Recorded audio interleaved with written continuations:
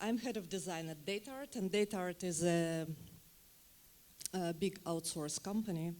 It's not a startup, at least now. And I'm heading the group of designers. We're now something like 100 UX UI people, and I will be talking about how the team was actually working on DataArt website. And yeah, I will start with this picture. I'm not going to talk about it right now because it's my dessert for you so that you cannot run away. But believe me, it's a good story. So what happened with the website? We needed to do something. About 3 years ago, we decided to combine two different websites, and now I will explain what was actually happening. It was very difficult to support two websites because they had different technologies. And also they looked a little bit different. This is the website for the clients. That is how it looked like before. And this was the homepage of the site for the candidates, which was maybe more or less okay, but inside the website for the candidates looked like this. And we had something like this, finally. So we had 3 absolutely different websites representing the same company. I cannot really explain why it happened like this, just somehow in the course of the years, and also there were different ideas and different teams working on this. Anyway, we need to do something about that. And I'm only or mostly going to talk about design because I'm dealing with design.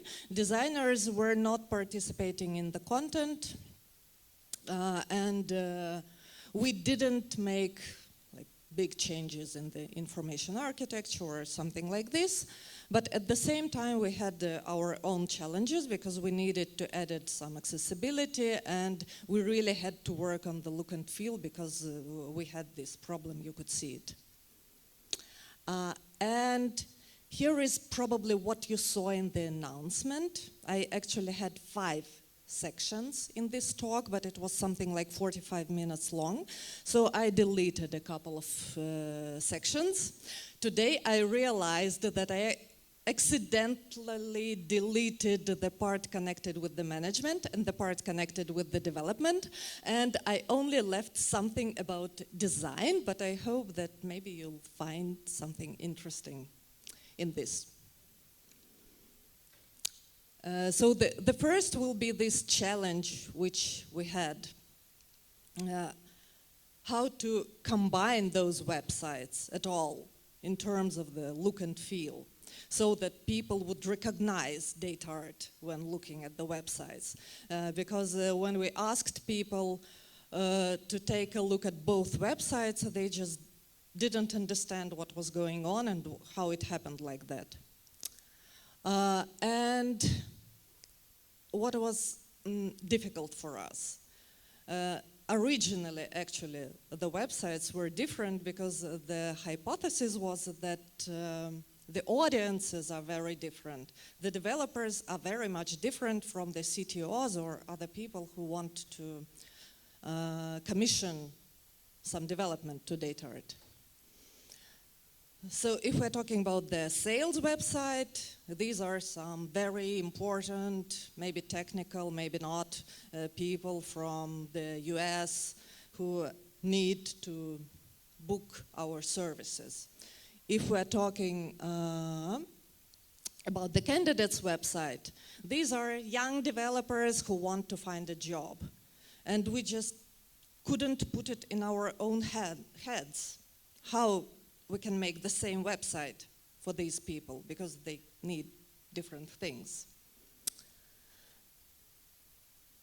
So we were brainstorming on this and arguing for months, and then we decided that actually DataArt continues to be the same.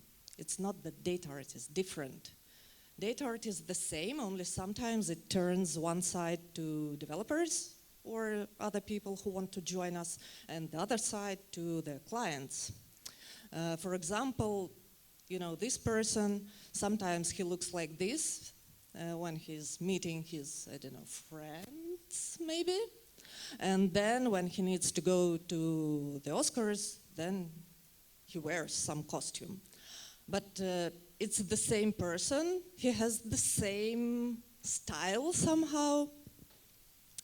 And we decided to use the same principle for data art.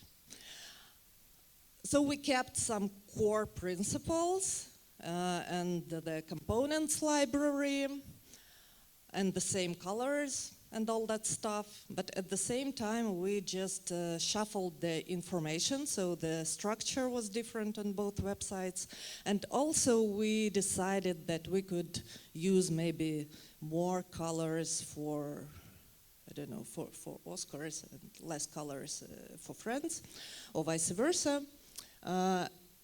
You can see the major principles. For example, the grid was the same and the fonts were the same, and we made a very detailed brand book describing those principles because we made some brand refreshments. And at the same time, there were some lively elements which we used differently.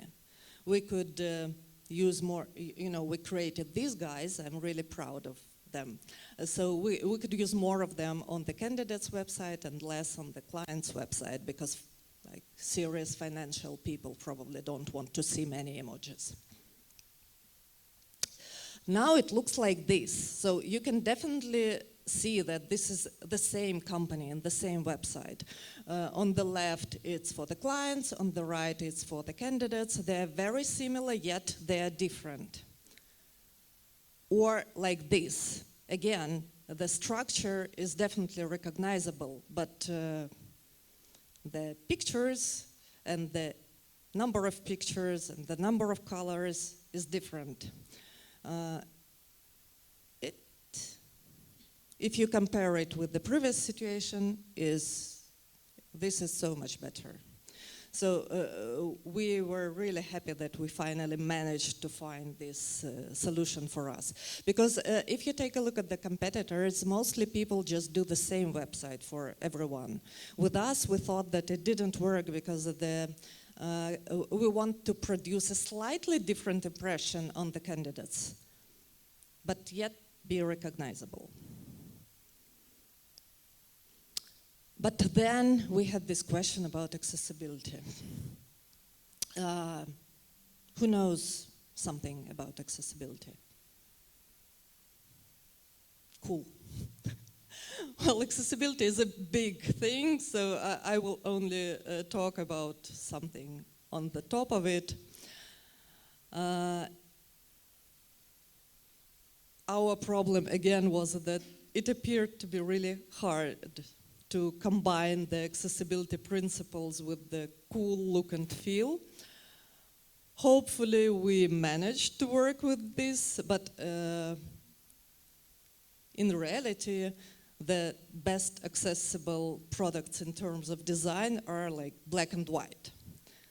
So accessibility is making a product accessible for all kinds of users with any problems. If we're talking about how it works, usually this is 3 parts. Only a small part of it is design. Mostly it's about coding. And also the content structure is very important. But design is something like, I don't know, maybe 1/4 of what is going on when you're working on the website. And when we're talking about design, mostly it's about colors, I would say. So our design task was to somehow invent the color schemes that would work for people with any kind of issues with their eyes. And also, of course, to think about navigation and all this for people who have either cognitive or problems with their movements. And it was difficult. We had Here I'm saying that 4 iterations on colors, but maybe it was even more. But then we invited Valeria Kurmak, who is really cool, and she set up the processes of accessibility, I think, in Sberbank before. And she gave us some consultations, which really helped. And then we took care of the HTML. So when we started with the previous website, when we checked it on this tool, we had numerous errors, and you can see there were quite a lot of contrast errors and all that stuff. Later, it was something like this. So we almost got rid of the errors, at least when checking on this special website. I must say that later we found some issues, and we are now repairing them, because, you know, in the course of time, things tend to change and to break. But anyway, we're taking care of this because we think that it's quite important to pay attention on all kinds of users. And here I will show you a few experiments with the colors. So we checked it with the logo, and then I have something like, I don't know, 20 screens like this when we were combining the colors and checking how good they look like for the people who cannot see well. And we also needed to combine it with the branding somehow. It was really hard. But then we finally found almost perfect solution. And we found some color combinations that had good contrast ratio, and we liked them ourselves. But then we faced a different issue. So for people, like just for everyone, which picture can you see better? This? Right. So the problem is the following. If you check it, the results are completely different. So for people without problems with contrast and colors, white on red looks better, but the accessibility checker will tell you the opposite. It will tell you that black has the better contrast ratio. So we started implementing it, and everybody, we almost had a riot because people didn't understand the idea. We decided to use this color scheme. So we changed it from what was before. We had black on red and black on orange and black on turquoise, and everybody reacted like, what the hell is it? So we changed the banner style and the style for the newsletters, and people just couldn't accept it. They were saying, like, what happened with design? Why are you doing this with us? Now it's okay, but I must say that, that we really had some struggle. But what helped, and actually this helps in many different situations. We made a few webinars for the marketing team and for the people who are connected somehow with our branding. We described how the accessibility works and why we need to use these principles and why not, and described, as I just showed you, that this contrast ratio is better. And it calmed down. So people believed us, and now we continue with this black on red, and I think everybody got used to it. And I think it was our victory, small victory in terms of accessibility. And then we had one more very important thing. You know, when you're working on any product, it's really important to do some user research and to communicate with the users. But the users for the client's website were our clients. With the candidates website, we didn't have any problem.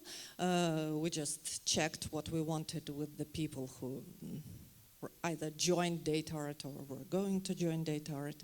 But with the clients, it was difficult because somehow nobody wants to approach the clients and to ask them, guys, did you like our website or not? Well, so probably it is possible, but we didn't manage to persuade anyone to do that. So we had somehow to deal with the users with no access to the users. And if we're talking about the research, this is just some small propadeutics, it can be quantitative or qualitative. Here are some examples of the techniques that you might use in order to get information which you need for your product. So typically you need the answers to some questions, the opinions of the people, and also some numbers to get the full picture. In our case, we almost didn't have any possibility to collect the quantitative information. But at least we did something in order to be sure that we're moving in the right direction. Because we couldn't, I think these are people who usually commission our services, and we were really afraid to approach them. But we decided that we could at least check the navigation and the information structure using the people whom we have around. So we did some corridor testings with the people at DataArt who more or less, in terms of demographics and the, style, resembled our possible clients. I would say, I would recommend doing at least this in the similar situation. So we just approached people asking them questions, something like, imagine you're our client and you need to find the information about, UX, UI on our website. Where would you go? How would you do that? And it really helped us because we had much more sense creating the new version of the website. But then when we released the new website, of course, we are now working with the analytics and we're doing some A/B testings and checking what's going on in the heat maps and all this stuff. For example, here we were looking at what's going on with the menu and made some conclusions, paying attention on where people actually go and where they don't go. Or, for example, you could take a look at the heat map and you would see that almost everyone drops off on the second screen, and then you either shuffle the information or you just change something in order to see how it works. So right now there are ongoing small changes on the website and the team is making it better all the time. And here is this part about the illustrations that I wanted to share. So you saw that we had emojis and we had bright colors and so on, but DataArt's core principles are empathy and flexibility and people first and all this stuff. And we realized that it's really hard to show that we are very flexible if we're only using yellow and blue triangles. So we definitely needed some pictures, because pictures, they add to the feeling of empathy and friendliness. And we collected some mood board, some examples of what we thought could work for DataArt. But then we needed to choose an artist. And rather quickly we found a guy with whom we had worked before and who was pretty good. He started creating some sketches for us. And we couldn't decide what we actually could draw because, development, mostly it's something unsubstantial, and we were never sure what we could actually show to the people talking about our services. So he gave us some drafts, like hands working with puzzles or hands shaking. You know, when you have problem depicting something, you can always do with the hands. If you look at the websites, there are tons of hands. But everything seemed too boring to show flexibility or people first. And finally, he gave us more sketches, and we discussed it in our small team, and we were like, what the hell? Finally, we're not going to look boring. We want to look what we are, and DataArt is not boring. And we chose one of the pictures and commissioned it, and he drew it the final version, and we wanted to put it on About Us page, and it looked like this. And I just remember we had this call with the top management describing our efforts, and it was a video call as always, and we told basically what I told you, and they were looking at us. It was silence, and apparently they wanted to say, what the is going on with the team? Why are they showing us this? So this picture, unfortunately, wasn't approved, but we keep it in our hearts. And I think actually it's really DataArt. It's very much diversity and flexibility and all that stuff. Thank you, Anastasia. My name is Artem, and thank you for this talk. It was really interesting and funny. By the way, during looking at this one of the slides, I found that you found interesting solution, this trade-off between development side and side for sales. And in this trade-off, I found that you changed the language for developers, right?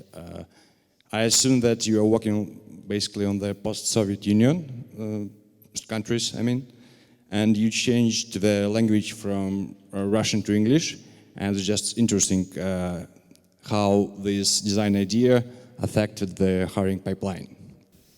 Yeah, actually it happened a while ago. It's not even connected with the exit from Russia. We had different versions of the candidates' websites for different countries, and one of them was English straight away. Yeah, we have versions in different languages because we're everywhere. But for designers,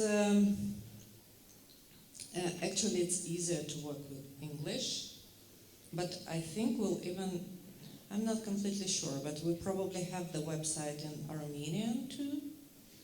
But yeah, it's always interesting. My favorite thing is actually working with the German because it is twice longer and it's always a problem. I don't know if it answers. Yeah, it just was interesting, like, have any ideas how it's affect hiring pipeline? Maybe like, I thought that the DataArt is basically working mostly in like Russia, Ukraine, Belarus, or whatever. And like, if you change the language, it probably could affect the hiring pipeline in general.